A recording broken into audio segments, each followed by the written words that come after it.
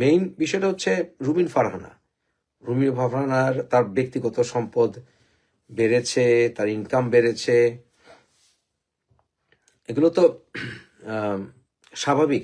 এছাড়া কেউ এমপি হলে তার কাছে সে যে লয়ার হয়, প্র্যাকটিসিং লয়ার হয়, ব্যবসায়ী হয়, তার ন্যাচারালি তার ইনফ্লুয়েন্স সমাজে বাড়ে, তার প্র্যাকটিস ভলিউমও বাড়ে।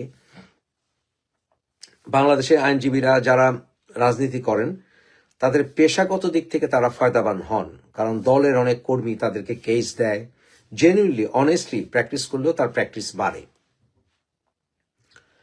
ব্যারিস্টার ফুয়াদ সে যে টাকা বছরে ইনকাম করে দাবি করেছে, বা মাসে শুনলাম 40,000 টাকার মতো সে ইনকাম করে একজন ব্যারিস্টার হয়ে, সেটা গ্রহণযোগ্য নয়। কারণ আমার এক ক্লোজ রিলেটিভই কিছুদিন আগেও তার চেম্বারকে একটি কেসে একদিন অ্যাপিয়ার করার জন্য 40,000 টাকা দিয়েছে। নেভারদিলেস, রুমিন ফারহানার বিরুদ্ধে যে সকল অ্যালিগেশন, বিশেষ করে ফাইন্যান্সিয়াল কিছু বিষয় আছে, পূর্বাচলের জায়গাটাকে, এগুলো আমি মনে করি না খুব একটা সিরিয়াস কোনো কিছু। মেইনলি তাকে দল থেকে বহিষ্কার করে তারেক রহমান এবং বিএনপি একটি মেসেজ দিয়েছে। মেসেজটি হচ্ছে ৭১ নিয়ে আর বেশি কথা বলা যাবে না, লেটস মুভ অন। ব্যাপারটা বোধহয় সেইখানেই। এবং তুমি যেই হও না কেন, তোমাকে দল থেকে বসিয়ে দেওয়ার ক্ষমতা দল রাখে। অর্থাৎ দল is very serious about punishing anyone. এটা অনেকটা দলের স্বেচ্ছাচারিতার মতো। তবে শুধু রুমিন ফারহানা নয়, আরো কিছু মানুষ আছেন যারা কিনা বিএনপির হয়েও বিএনপি থেকে রেবেল গ্রুপ। তারা মনে করছে যে তারেক রহমানের নেতৃত্ব ঠিক মতো হচ্ছে না, বা দল তাদের পলিসি থেকে সরে গেছে, তারা অযোগ্য লোকদেরকে দিচ্ছে, রাজনীতিতে সামনে আনছে, পুরস্কৃত করছে, চাঁদাবাজদের সামনে আনছে, দলের প্রকৃত নেতাদেরকে মূল্যায়ন করছে না। এর ভিতরে ২৫০০-এ আত্তার রহমান আঙুর, উনি ৩ বারের সংসদ সদস্য সেখানে, এবং ওনাকে না দিয়ে আমরা জানি অন্তত একজন অত্যন্ত বাজে লোক আজাদকে নমিনেশন দেওয়া হয়েছে। সেটার কারণ আপনাদেরকে আগে বলেছি। অতএব এতে করে বিএনপির ভেতরে একটি ক্ষোভের সৃষ্টি হয়েছে। তা আমি যখন জাতীয়তাবাদী চেতনায় বিশ্বাস করি, আমি যখন বেগম খালেদা জিয়া বা জিয়াউর রহমানের প্রতি শ্রদ্ধা জ্ঞাপন করি, but at the same time আমি যখন বলি যে আমি তারেকের রাজনীতির পলিসি সম্বন্ধে আমি একমত নই, অথবা আমি যখন বলি যে ব্যক্তির চেয়ে দল বড়, দলের চেয়ে দেশ বড়, এবং তারেককে সমালোচনা করার অধিকার আমাদেরকে দিতে হবে, এবং তাকে কোনো সাধারণ নাগরিকও যদি গালাগাল দেয় তারপর সেটা গ্রহণ করতে হবে, মানতে হবে, কারণ এটাই গণতন্ত্র, এটাই বাক স্বাধীনতা, এবং সেটা সহ্য করে এগিয়ে যেতে হবে। তারেক নিজেও বলেছে তাকে নিয়ে যখন কার্টুন হয় সে মজাই পায়, বিবিসি সাক্ষাৎকারে বলেছে। তো সেটাই বজায় রাখতে হবে, কিন্তু সেটা বাস্তবে প্রতিফলন দেখতে হবে। দলের অতি আগ্রহীরা সাহাবাকে তারেকের প্রতি কটূক্তির কারণে তাকে পিটিয়ে থানায় দিয়ে দিবে, এসব পরে আবার যারা পেটাবে, যারা ধরে দেবে তাদেরকে কোনো ডিসিপ্লিনারি অ্যাকশন নেবে না তারেক বা বিএনপি, এগুলো আমরা দেখতে চাই না। তাই আমরা যারা জাতীয়তাবাদী চেতনায় বিশ্বাস করি, but at the same time বিএনপির রেবেল গ্রুপ বলতে পারেন, আমি মনে করি রুমিন ফারহানার সেখানে নির্বাচিত হওয়া উচিত ব্রাহ্মণবাড়িয়ায়।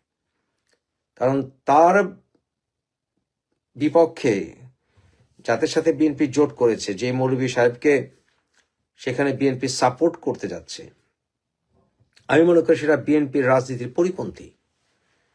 বিএনপি যদিও সেকুলার দল, বিএনপিকে বলা যাবে না, বিএনপিকে বলতে হবে সুডো সেকুলার দল। তথাপি স্বাধীনতা চেতনায় বিশ্বাস করা উচিত বিএনপি, কারণ স্বাধীনতা চেতনা, জিয়াউর রহমান, এগুলি ছাড়া বিএনপির কোনো প্রিন্সিপাল নাই। জাতীয়তাবাদী চেতনা এবং এছাড়া মুক্তিযোদ্ধা জিয়াউর রহমান, এই শব্দগুলো আমরা এখন আর শুনি না। যে মুক্তিযোদ্ধা যে ছিলেন, আমরা ছোটবেলা থেকে শুনেছি মুক্তিযোদ্ধা জিয়া, এখন মুক্তিযোদ্ধার কথা শুনি না।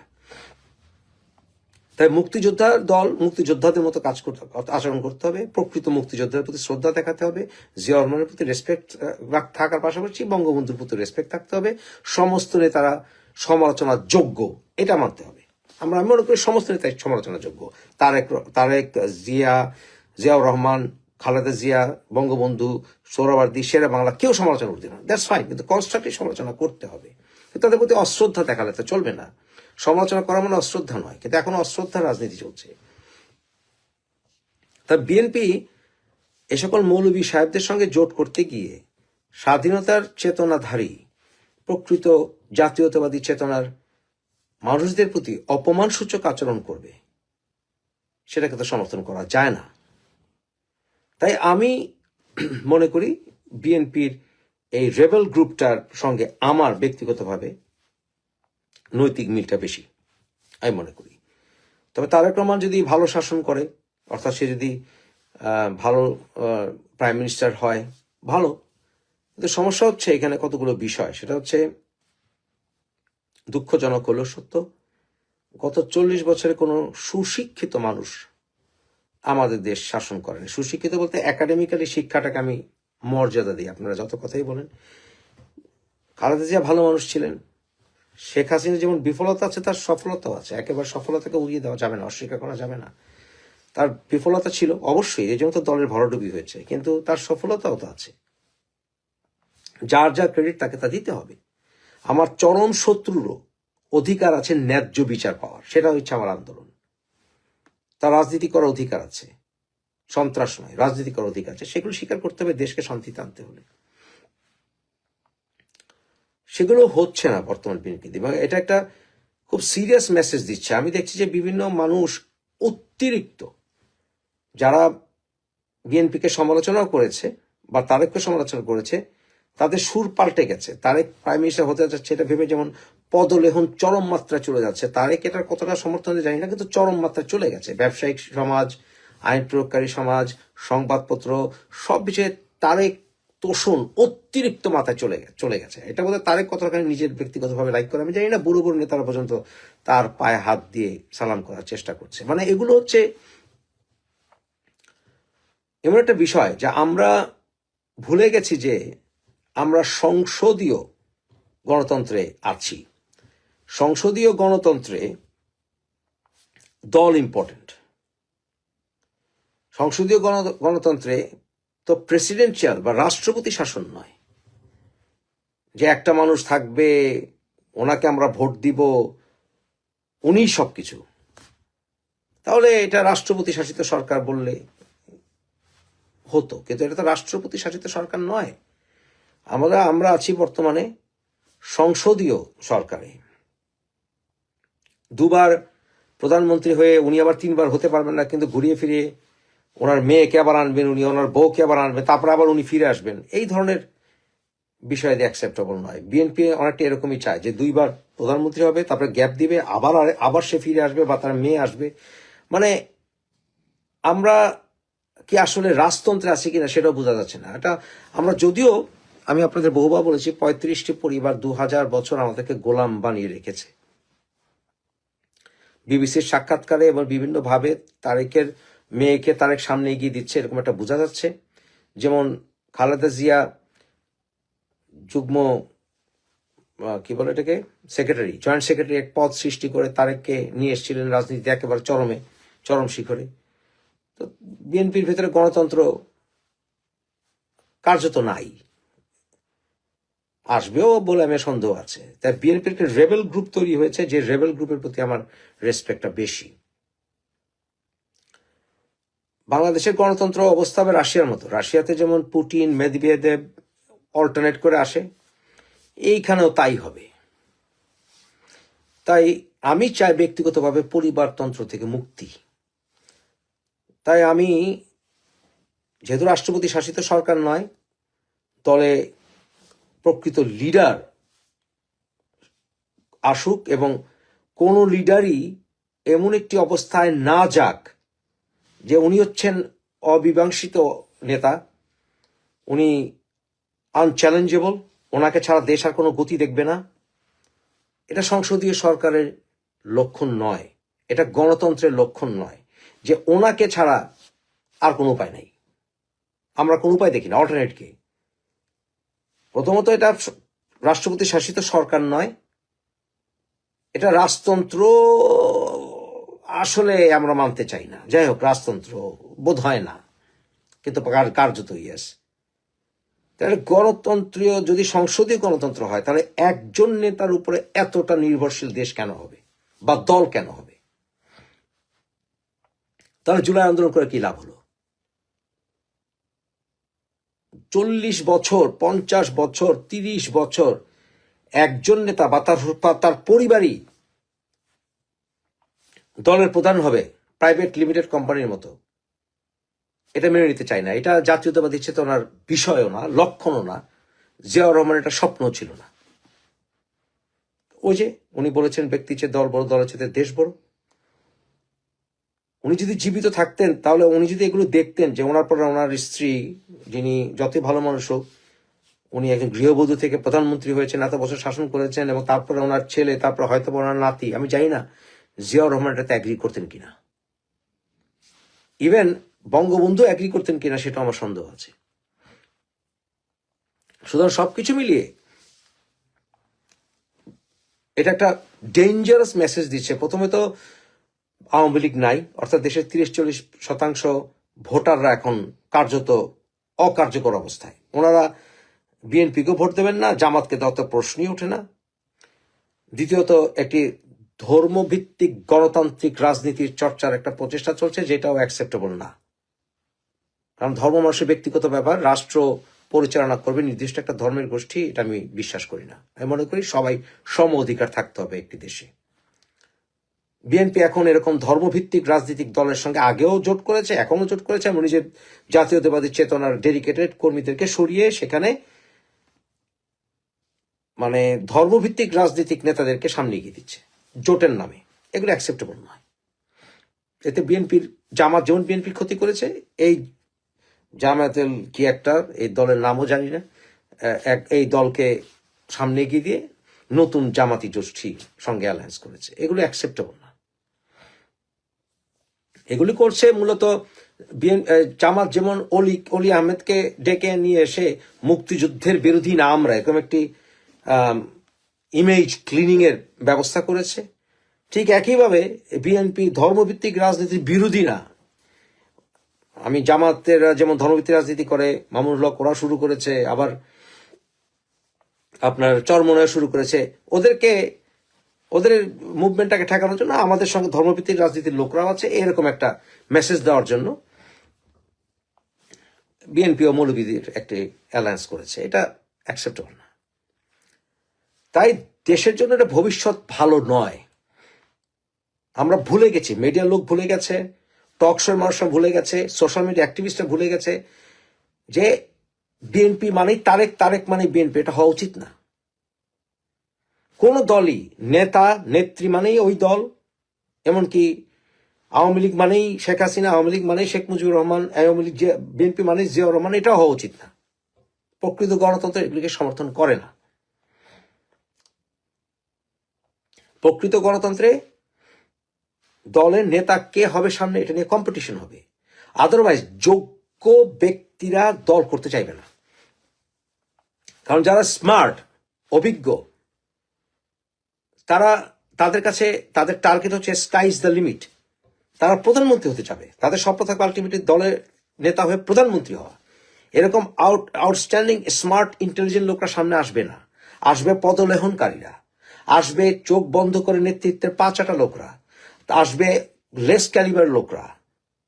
তারা একাডেমিক্যালি পড়াশোনা থাকতে পারে, ব্যক্তিত্ব বলতে কোনো কিছু নাই, বুড়া বয়সে তারেকের পা ধরবে। এই সকল লোকরাই সামনে আসবে। সেটা আমাদের দেশের জন্য ক্ষতিকর, সেটা গণতন্ত্র না। সুতরাং বর্তমানে মিডিয়া সহ সবাই এই কথাটি ভুলে গেছে।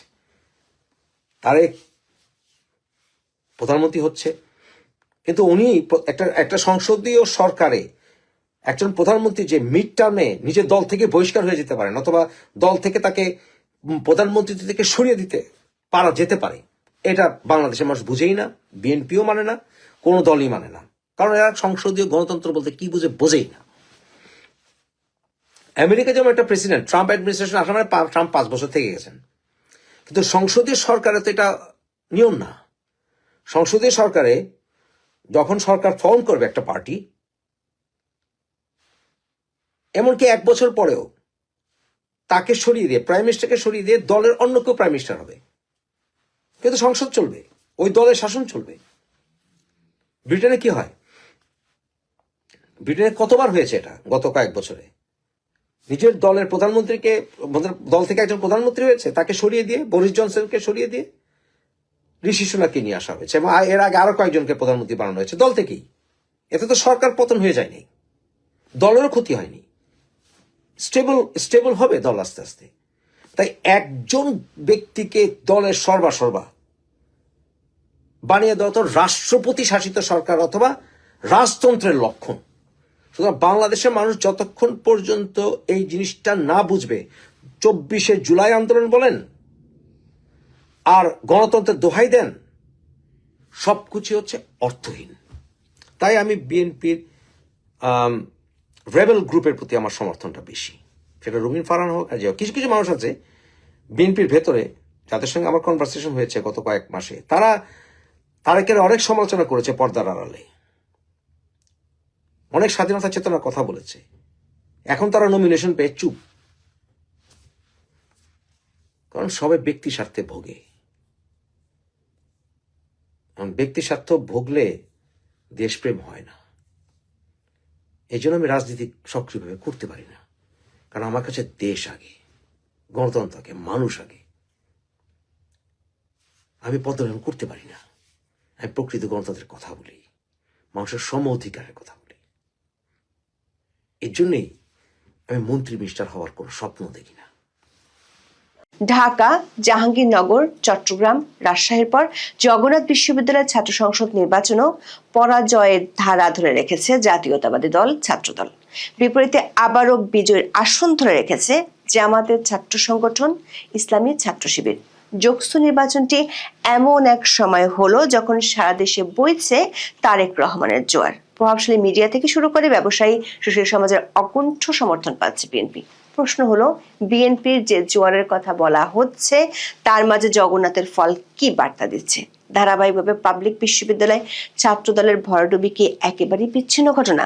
সেটাই যদি হবে, তাহলে কেন এসব নির্বাচনে দলীয় সর্বশক্তি ব্যয় করছে বিএনপি জামাত? সেই শক্তি প্রয়োগের সীমা বিশ্ববিদ্যালয়ের ক্যাম্পাসের সীমা ছাড়িয়ে কেন বিস্তৃত হয়েছে সারা দেশের তৃণমূলে? শিক্ষার্থীদের বাড়ি বাড়ি গিয়েও কেন ভোট চাইতে হলো দলগুলোকে? এত কিছুর পর একের পর একতরফা ফলে কতটা স্বস্তি পাচ্ছে বিএনপি? বিশেষ করে দল যখন এককভাবে সরকার সমর্থক মিডিয়া এবং বুদ্ধিজীবীদের নজিরবিহীন সমর্থনে আকাশে উঠছে, তখনও বিশ্ববিদ্যালয়ের পরাজয় কি বিশেষ কোনো ইঙ্গিত দিচ্ছে? ঘরের ভিতরে কি বাসা বুনে বড় হওয়ার শক্তি কি চ্যালেঞ্জ ছুটতে পারে জাতীয় নির্বাচনও? বিস্তারিত জানতে চলুন যাওয়া যাক বিশ্লেষণ। জগন্নাথ বিশ্ববিদ্যালয় কেন্দ্রীয় শিক্ষার্থী সংসদ নির্বাচনকে কেন্দ্র করে প্রায় 1.5 মাস ধরে ঘটছিল নানা তুগলকি কাণ্ড। মোট 3 দফায় স্থগিত হয় নির্বাচন। শিক্ষার্থীদের আন্দোলনের মুখে 27 নভেম্বর যোগসু নির্বাচনের তারিখ নির্ধারণ করা হয়। পরে ভূমিকম্প আতঙ্ক, ক্যাম্পাস ছুটি এবং অনলাইন ক্লাসের সিদ্ধান্তের কারণে ভোটের তারিখ দেওয়া হয় 30 ডিসেম্বর। তবে বিএনপির চেয়ারপারসন বেগম খালেদা জিয়ার মৃত্যুতে সেদিনও স্থগিত হয় নির্বাচন। এরপর আবারও আন্দোলনের মুখে সবশেষ ভোটের তারিখ দেওয়া হয় 6 জানুয়ারি। 3 বার নির্বাচন স্থগিত হয়, প্রতিদ্বন্দ্বিতা থেকে সরে যান বেশিরভাগ স্বতন্ত্র প্রার্থী। ভিপি, জিএস, এজিএস পদ থেকে নানা কারণ দেখিয়ে সরে দাঁড়ানোর ঘোষণা দেন 5 প্রার্থী। একাধিক প্রার্থীকে চাপ দিয়ে সরিয়ে দেওয়ার অভিযোগ ওঠে। যোগসু নির্বাচনের ফল নিজেদের পক্ষে আনতে শুরু থেকেই মরিয়া অবস্থান নেয় ছাত্রদল। এর আগে বিভিন্ন বিশ্ববিদ্যালয়ের ভরাডুবি এবং তারেক রহমান দেশে আসার পর এই নির্বাচনটি ছাত্রদলের কাছে ছিল প্রেস্টিজ ইস্যু। তাদের ব্যাপক সক্রিয়তার প্রমাণও দেখা গেছে বিভিন্ন ঘটনায়। বিশেষ করে বিপি পদে মোট 12 প্রার্থীর মধ্যে 4 জন প্রকাশ্যে ছাত্রদল সমর্থিত প্যানেলকে সমর্থন দেন। জিএস পদেও দেখা যায় একই দৃশ্য। স্বতন্ত্র 2 প্রার্থী 29 ডিসেম্বর রাতে ছাত্রদল সমর্থিত প্যানেলকে সমর্থন দিয়ে প্রতিদ্বন্দ্বিতা থেকে সরে দাঁড়ানোর ঘোষণা দেন। এর আগে 23 ডিসেম্বর ছাত্রদল সমর্থিত প্যানেলের ইশতেহার ঘোষণা দেন। একযোগে 3 জন স্বতন্ত্র ভিপি প্রার্থী ছাত্রদলের প্রার্থীকে সমর্থন জানান। এর আগেও 14 ডিসেম্বর ছাত্রদলের প্রার্থীকে সমর্থন জানিয়ে আরো 2 জন প্রার্থী নিজেদের প্রার্থিতা প্রত্যাহার করেন। ছাত্রদল সমর্থকরা সমাজসেবা ও শিক্ষার্থী কল্যাণ সম্পাদক পদের এক স্বতন্ত্র প্রার্থীকে পুরান ঢাকার একটি হোটেলে আটকে রেখে নির্বাচন থেকে সরে যেতে বাধ্য করেন বলেও অভিযোগ ওঠে। তবে পরে ফেসবুকে ভিডিও বার্তায় সেই অভিযোগ উড়িয়ে দেন সুজন চন্দ্র শুকুল নামের ওই প্রার্থী। দাবি করেন বাবা মার অমতের কারণেই নির্বাচন থেকে সরে দাঁড়িয়েছেন।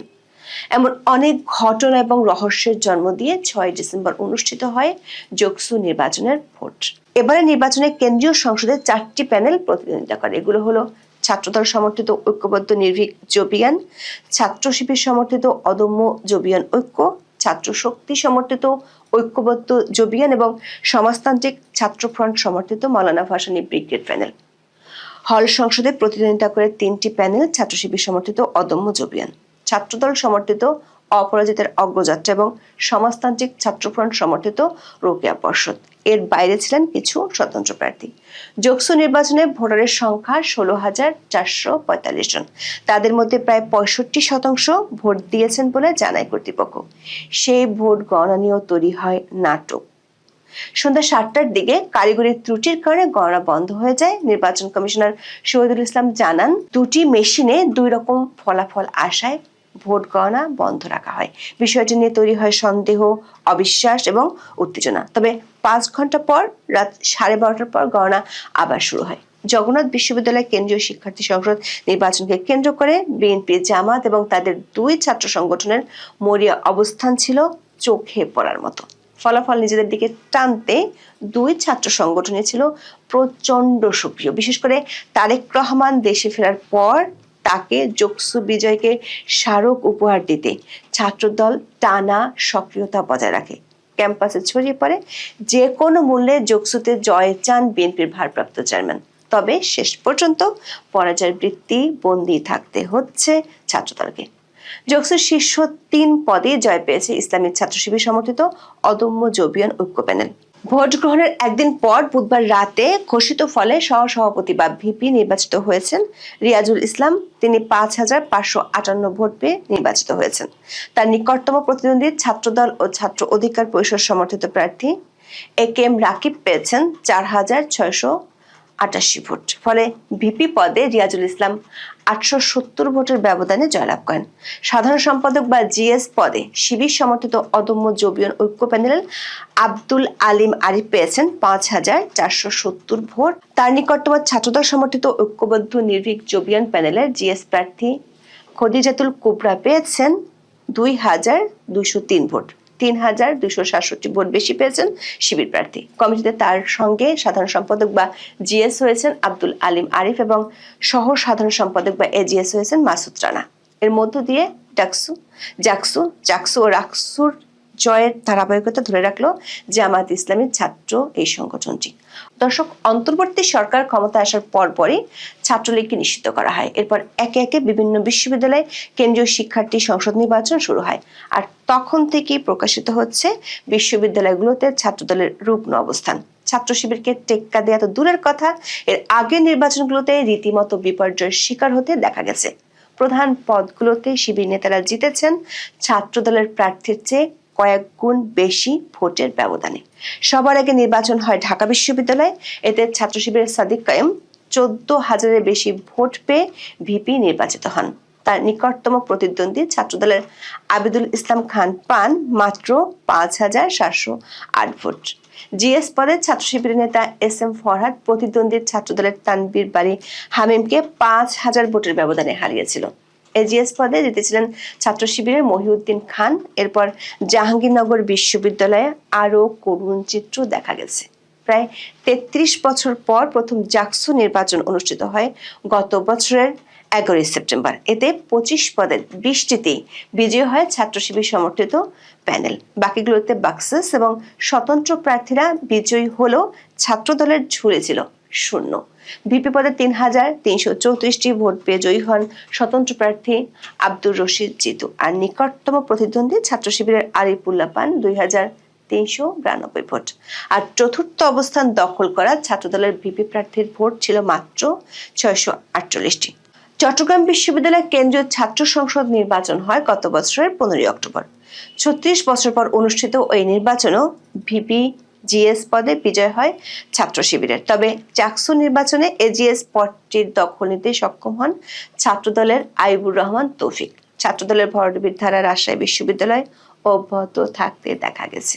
৩৫ বছর পর গত বছরের ১৬ অক্টোবর অনুষ্ঠিত হয় রাকসু নির্বাচন।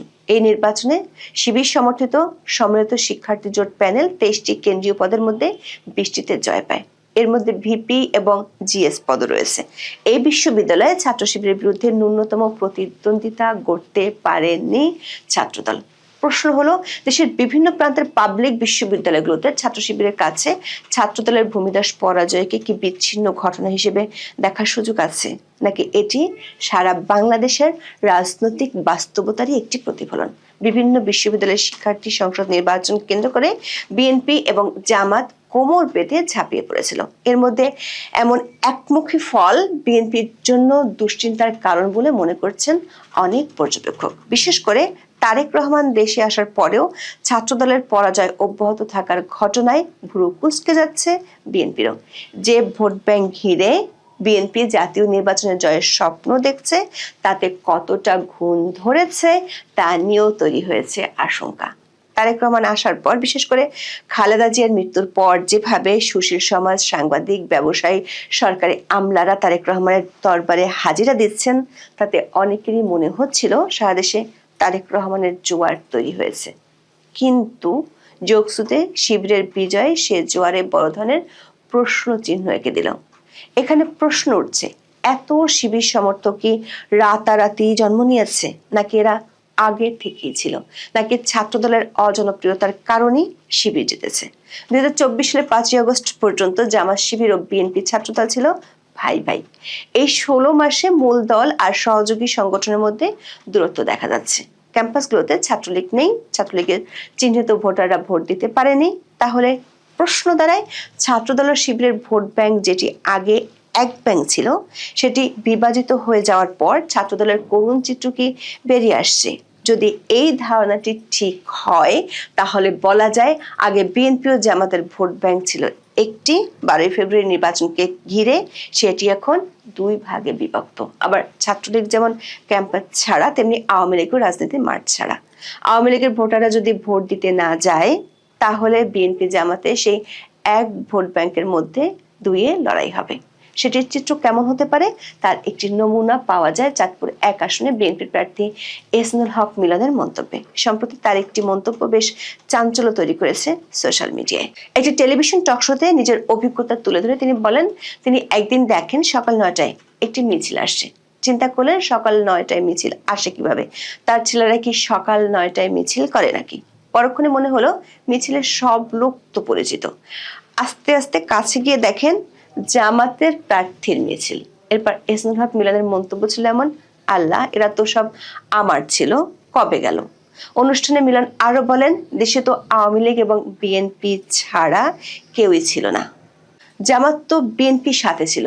তার এলাকায় এতদিন যাদের উপকার করেছেন, যারা উপকার ভুগি, এতদিন যাদের ভাবতেন এরা তার দলের লোক, তার অনুসারী, এখন দেখছেন এরা জামাতের রুকন। এহসানুল হক মিলন বলেন, তিনি এতদিন ভেবেছেন সারা কচুয়া তার, কিন্তু এখন দেখছেন ভিন্ন চিত্র। দর্শক, গত ১৬ মাসে গুপ্ত শিবির, গুপ্ত জামাত এমন টার্মগুলো সামাজিক মাধ্যমে বেশ পরিচিতি লাভ করেছে। জুলাই আন্দোলনের সাথে জড়িত অনেক সমন্বয়ক নেতারা আওয়ামী লীগ শাসনামলে ছাত্রলীগ করতেন, কিন্তু আওয়ামী লীগের পতনের পর জানা গেল এরা ছিল গুপ্ত শিবির। বিএনপির মধ্যেও যে গুপ্ত জামাত ছিল সেটি প্রকাশ করলেন এহসানুল হক মিলন। প্রশ্ন হলো, ছাত্রলীগের কমিটিতে থেকে, ছাত্রলীগের ছত্রছায়া থেকে পরবর্তীতে শিবিরের ব্যানারে নির্বাচন করে শিবির সফলতা পেয়েছে।